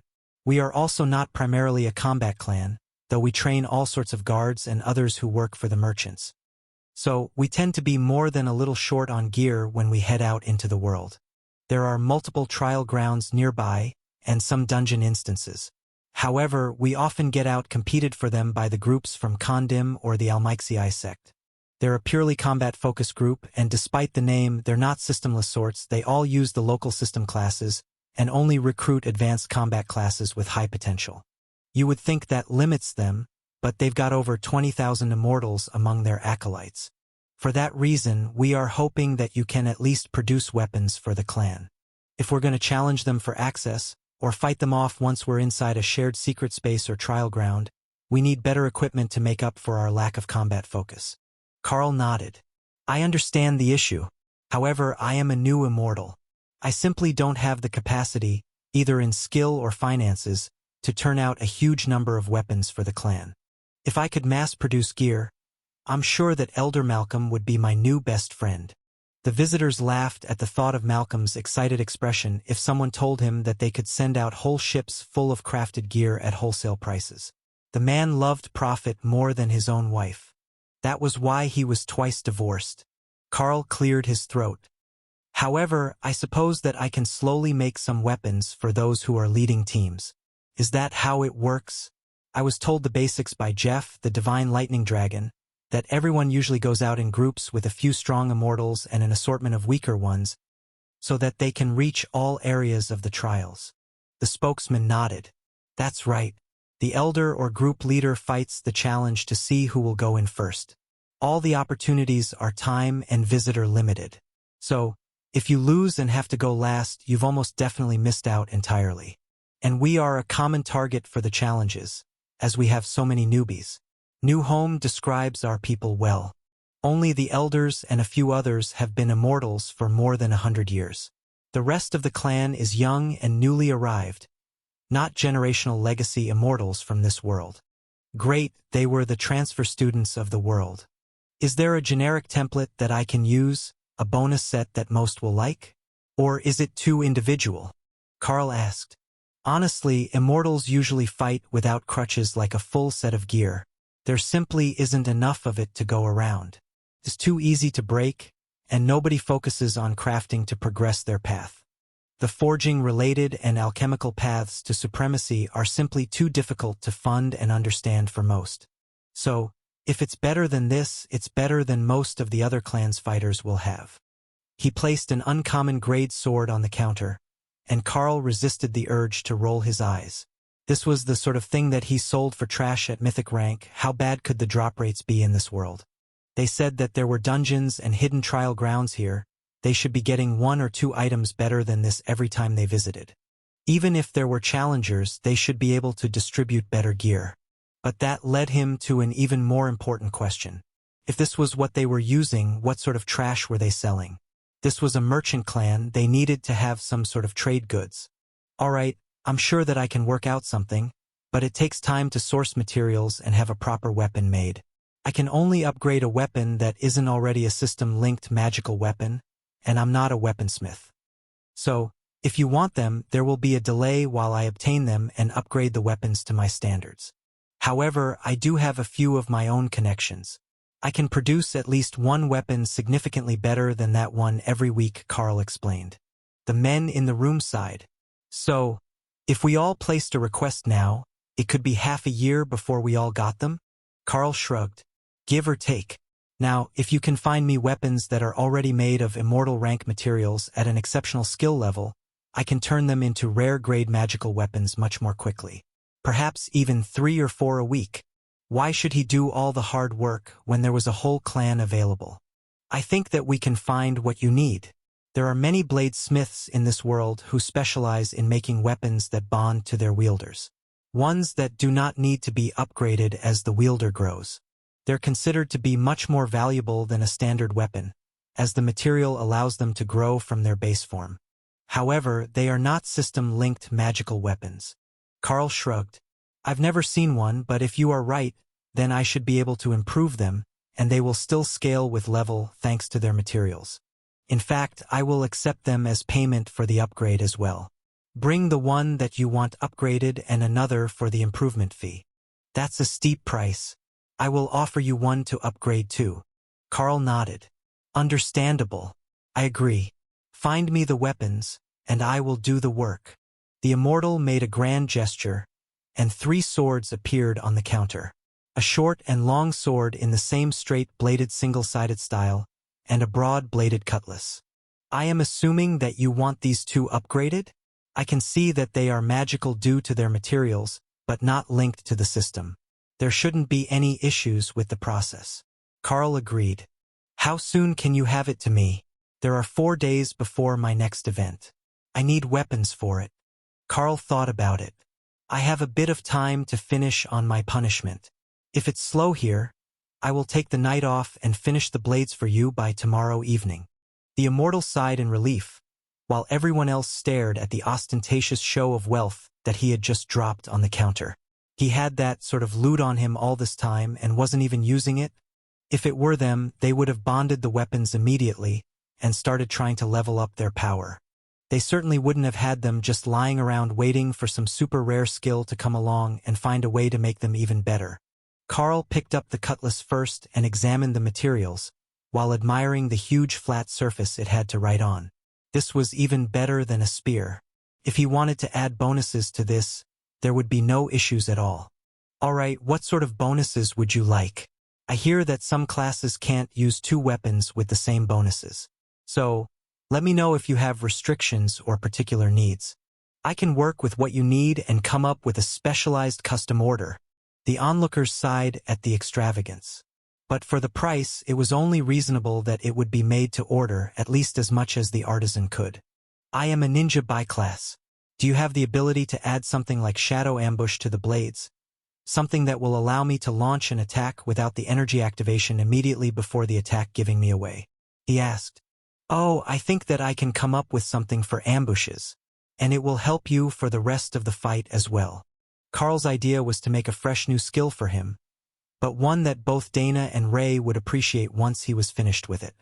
If he combined Shadow Step or Teleport with Invisibility or Ghost Beast, he should get an ambush skill that allowed instant movement either while remaining unseen or with the ability to move through walls. All of the options were good ones, so Carl started to mentally formulate the spell while he put the weapons away, and the others in the room started to plan how they were going to obtain more of the weapons to bribe Carl with. Immortal craftsmen had very little motivation to make things for others most of the time. If they were truly poor, they would sell things that they made, but that was usually at a market or to the hall. They rarely took custom orders unless they wanted something very specific in return. In Carl's case, they knew what he wanted, weapons that grew with their wielder. The crowd began to disperse, so Carl kept working on the new skill, while sketching plans for the basic runes to go on the weapons. The customer was a ninja, so he was a fast-moving stealth rogue-type class. Bonuses to stealth and agility seemed more important than standard damage bonuses, but Carl decided to add one more item, just make them spicy. Ambush damage to targets. It would give the first strike a huge burst of damage, even if it didn't matter for the rest of the battle. Ray nodded in appreciation. Ambush damage was excellent, but she thought that instead of a new skill, Carl should give the weapon Devastate. Devastate strikes dealing more than 10% of the target's health do double damage. With that and ambush damage, that first strike would rapidly turn into an instant kill skill. She could just have Carl add the new skills to weapons for her to use in humanoid form. No need to give them to strangers. Carl edited the runes for the weapons. If he put Devastate on one weapon and Shatter on the other to cause bonus damage on hit, then link the two, the bonuses would resonate, and in theory you should get an extra bonus for using both at once. The alchemy shop workers silently stared at the runes Carl was scribbling all over the page, wondering what language it was in. Then, he took out the 2 blades and began drawing on them with a paint pen, the sort that blacksmiths used to outline cuts. That seemed strange, and the paint shimmered in the light as Carl drew all over the weapons. Seemingly satisfied, he put the weapons away 3 hours later. He didn't want to finish them in front of others, but he could tell that the final effect should be just what he wanted. a resonant set of blades to be used as a pair. Just after dark, the others left, and Carl was alone with just the bunnies in the building. So he took the blades back out and used Ghostfire to etch the runes into the blade. The paint wouldn't be enough at immortal rank, they had to be permanent to take the right effect. A final flow of mana caused the lights in the alchemy hall to flicker, and Carl learned that runecrafting evolving weapons of this grade was far more mana-intensive than even mythic weapons had been. Weapons created the Spider's Greeting Epic Grade 2 weapon set. Pieces 2 halves. Base damage scales with affinity to bonded user. When both are equipped, all attacks that do over 10% of a target's health deal double damage. All strikes cause 50% additional damage as internal damage against living targets. Increases agility by 450. Increases stealth by 10%. Elder Socrate came out with Remy wrapped around his arm and stared at the weapons on the counter. That is impressive. And it only took you half a day to make the two of them. Carl nodded. I will give them to him tomorrow evening, or the morning after. The alchemist elder chuckled. Tactical. I like it. Your friend the Naga has been a most wonderful lab assistant. She has proven incredibly adept at turning potion recipes into pill form for easy transport and longer storage times. Her runic alchemy technique is remarkably adaptable. I must say, it was like she was born to work in the immortal worlds. Her skills simply can't show themselves in the mortal realms. Carl smiled. I'm just glad that she made a friend. Socrate chuckled. Remy has made many new friends. She even got herself some specialized immortal rank equipment to make new recipes in exchange for her specialty products. That hair regrowth cream is a huge hit, and it even works on immortals. You have no idea how much of a shock that was. Very few things will actually work to change an immortal's body from what it has settled upon. However, there is a hint of the fundamental rules in that cream, and it works perfectly to convince even immortal bodies to regrow the hair that they once had. I had expected her to go for something grand and flashy, but going for the most practical possible option makes sense as well. Just imagine how handsome our elders are going to be compared to everyone else's. The next time that they go out on a mission, they will be the envy of every other clan. Carl joked. I'm certain that they are already planning their victory speeches. Remy slid down the elder's arm to stand on the table in front of Carl. That's not all that we did. I made a whole new type of healing pill with runes, and it's amazing. Do you know how hard it can be to get people to drink a potion when they're unconscious? Or their throat is cut? But the pill I can just stick in any orifice and it will dissolve. Elder Socrate chuckled. We tested that, by the way. Don't ask. But it was effective. A customer came in, and Carl waved him forward before realizing that it was the man who had commissioned the blades. Blades that were currently sitting on the counter. Well, this is awkward. I was going to make you wait a day for dramatic effect, but I got them finished just a few minutes ago. Carl greeted him. Half a day? That is impressive, even if you devoted every minute to improving them. They're a set now? That is an interesting technique. However, the stats on them are crazy. Even if you tried for 2 separate weapons, this would be beyond what most epic weapons could achieve. That looks like the Devastate epic grade skill on them as well. With that and Backstab, which grants me bonuses to the first strike, I think that this should be just what I needed. The internal damage is also challenging to heal, as many will not realize they have taken it until they try to move. It doesn't leave an external wound, and the strike just needs to land to apply it. It's one of the few effects that can reliably bypass most basic barriers. However, it doesn't do anything if your strike is parried, and it doesn't bypass damage reduction. Carl explained. So, it will damage through an energy barrier? Carl nodded. Most types of them, yes. You can test it if you would like. I will refund you if it isn't satisfactory. Elder Socrate laughed. Even without that, it's already worth the price paid. Agility and strength on a scaling weapon with Devastate? That's pushing the limits of luck to get from a standard drop. True, and they're exactly the weapon style that I wanted, so I really can't complain. Now, I just need to bond with them and the base damage should begin to increase. I will return to my rooms and see you all in a few days, when I come to stock for the next outing. The moment that the man left, Another ascended rank elder of the clan came in with a suspiciously bright smile on his face. Craftsman Carl. Good evening. Carl nodded politely. Elder, I suspect that you are not here for alchemical reagents. Indeed, I also have a pair of weapons and a most curious chestplate made of the same materials. It isn't well suited to my frame, but it might fit your wife well. He placed the 3 items on the counter, and Carl saw that the chestplate was actually made of tiny interlocking scales. It created a vest more flexible than chainmail and incredibly light, but solid enough that it would block any sort of attack with decent efficiency. Oh, I think that she might like that. It's well suited to her fighting style. The elder nodded. Yes, I watched her match, and her agility is incredible, far beyond most battle mages. So, when I heard that you were able to do these sorts of upgrades, I immediately thought of this piece. Very considerate. I like customers who keep my needs in mind. Now, what can I do for you? Do you have a preference for your weapons? The elder sighed dramatically. Unfortunately, these are not for me. I have an ancient divine weapon, a demigod-ranked blade. These are for my personal disciples, a pair of paladins. Oh, paladins are perfect. I have quite a few options that are perfect for them.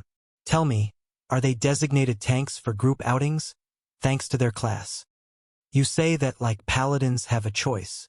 They're the tanks for boss fights, the champion designate for access challenges, and the guardian for clueless newbies that we have an interest in keeping alive. Carl smiled, and the elder winked at him. Folks like you and your Dana mage, or those brats from the academy. Their parents get all huffy if they get wounded. Like being born here makes the world less dangerous for them. Alright, if they're defenders in the broadest sense, I will specialize their weapons for the purpose. I have been informed that most people don't go out fully armored here, so putting defensive skills on the weapons shouldn't be too outlandish. The elder looked curious. What do you usually wear in your mortal world to go traveling? Carl shrugged and activated bestial raiment to equip a set of armor. That is impressive, I will give it that much. An epic grade immortal rank armor set. Or is that a skill? But the moment that anyone saw you, they'd assume that you were there to cause carnage, and they would team up against you. Have you ever heard of the concept of playing the pig to kill the tiger? Carl shook his head. Not the saying, but I think I get the idea. Make yourself look like prey, then slaughter them when they least expect it. The elder smiled. Not usually that bloodthirsty, but yes, though they don't restrain their aura. Everyone puts on their friendliest expressions and dresses well, but not too well.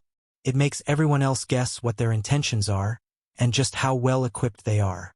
Ray liked this man, he understood how the world worked. Carl thought about reminding her that she was not exactly subtle about her appearance. But she did apply the standard to the equipment that she made for everyone else, so Ray did at least understand the concept.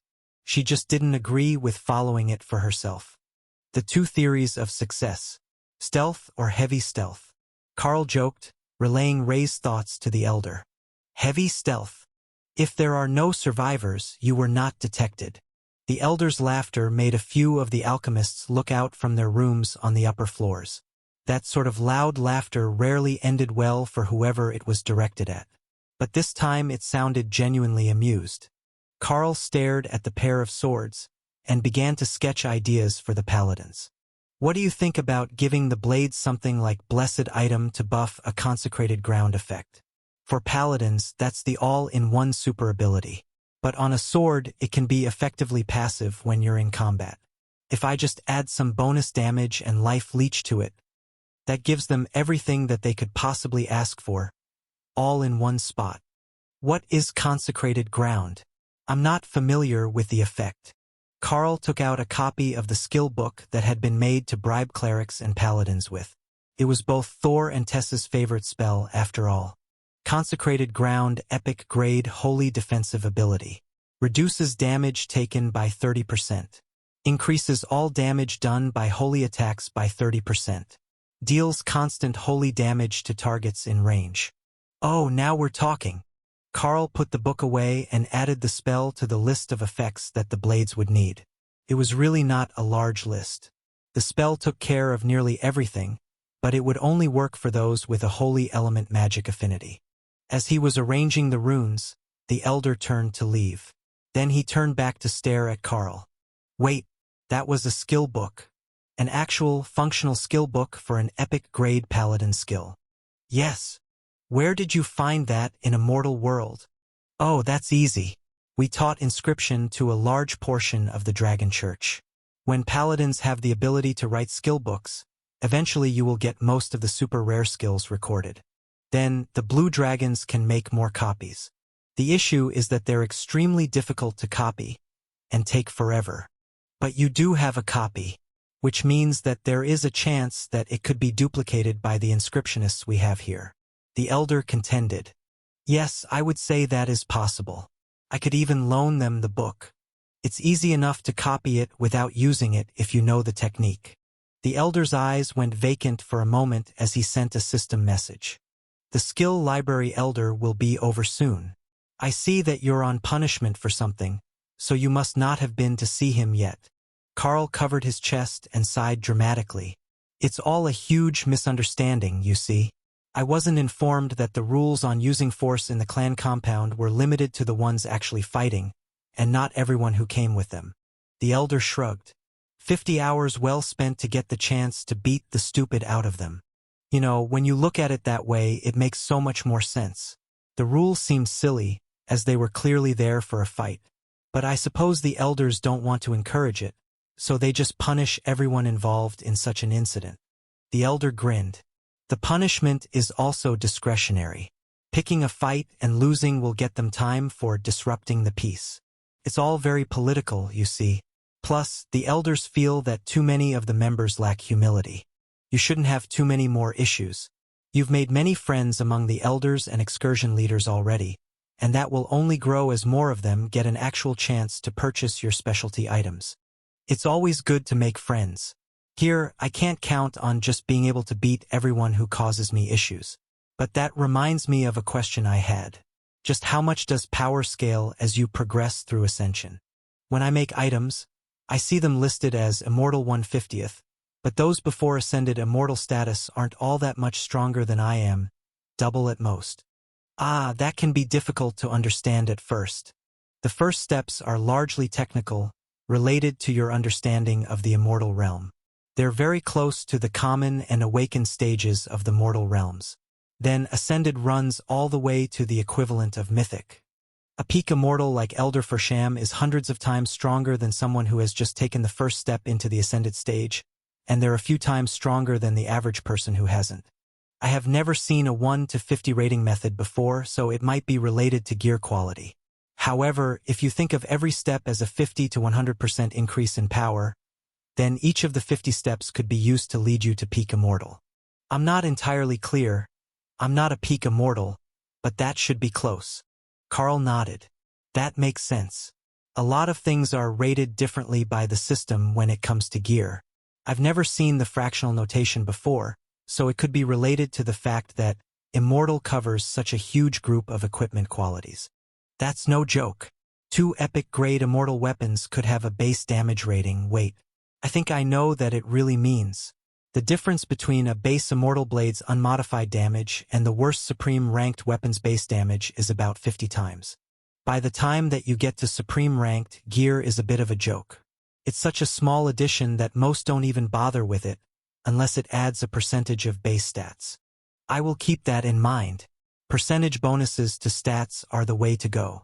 When I'm crafting items, I will try to make them with that instead of the flat stats that I have been aiming for. Is that possible?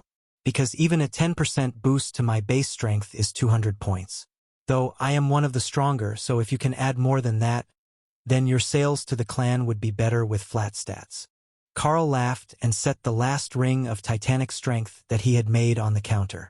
I think that I underestimated just how much of a boost the strongest immortals would get from good gear. That's a quarter of my base added, and another 10,000 strength from the percentage. By the gods, Titanic is no joke in that name. I really would be on par with a Titan's strength wearing that. Kara wandered in the door with a smile. You only have 2,000 strength? Is that a human thing? Because I nearly have that much and I'm new. You also have innate invulnerability which humans don't. You can't compare a badger's stats to those of us mere humans. Kara laughed. True, true. Carl, give me that ring for a minute. I need to do a thing. Does it involve giving the ring to Ameldor and then challenging him to another fight? It does now. Carl tossed her the ring as the elder sighed. You can't just point the badger at random elders when she gets bored. That's not a random elder. He's a wrath demon. Do you think that there is anything he wants more after a long day of teaching students than a good fight with a chaos badger? I should go make sure that the barriers are refreshed on the arena. He wasn't nearly fast enough. The sound of collisions shook the air around the compound only seconds after he left, and Carl mentally checked in on Kara. She had used greater beast form and behemoth to turn her into a 6-meter-tall badger, now larger in every dimension than her wrath demon opponent, who was buffed up by his new ring. The battle was shaping up to be an epic one, as the arena was shaking with the barriers up, and they hadn't even gotten serious yet. Kara had fully buffed herself for this fight. She had even used haste brutality and war beast to fully armor and enhance herself, though the armor was hidden under the hide of her badger form. Even with all that, Ameldor was still stronger than she was now that he had such a huge buff to his stats, and Kara was not going to win by overwhelming force, but they had also agreed not to use weapons or offensive skills. Only their own claws and buffs. Are you not going to go watch the fight? One of the clerks asked quietly as Carl began to work on the swords for the paladins. Nope, you can go though. Call it a paid break as long as you're back in 15 minutes. I won't tell anyone. The clerk looked longingly at the door, then nodded. It's not neglecting my duties. Nobody will be here for alchemy herbs until after the fight. If we can hear it from here, then half the clan knows that something is going on. Precisely. Go have fun. The last of the staff members who stayed in the front left, and Carl started to draw on the swords with a paint pen. It was better to work when there was nobody around, but after only a few seconds, he saw bunnies poking their heads out from the back room. Today had been slow for actual customers, and they were missing the snacks that Carl had handed out so freely yesterday. No customers, so everyone is on break. Here, take these and pass them around. They're a failed batch, so I can't vouch for the taste. Carl warned. They even had a failed batch label on them, but as to why they had failed, he couldn't tell. If they were actually toxic, Lotus presumably would not have put them into storage in the Tiny World's cupboards. It had been enchanted with a preservation spell by Lotus, using nature magic to keep the food fresh without freezing it. You know, you're pretty all right, the bunny whispered as she returned to the others. You don't have to be afraid to talk around me.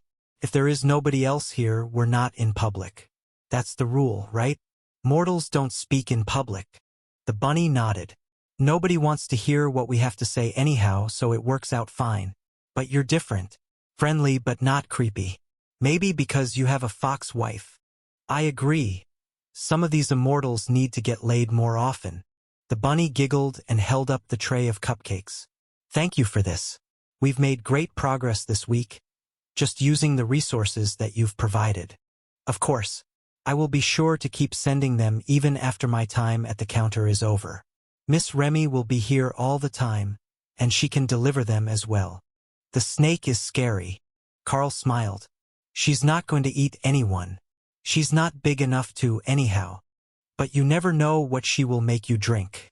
She's got a very frightening mad scientist vibe. She hasn't even talked to her yet, and she has Remy pegged. Hawk joked. The Naga couldn't even deny it. The bunnies were perfect test subjects. They weren't allowed to say no.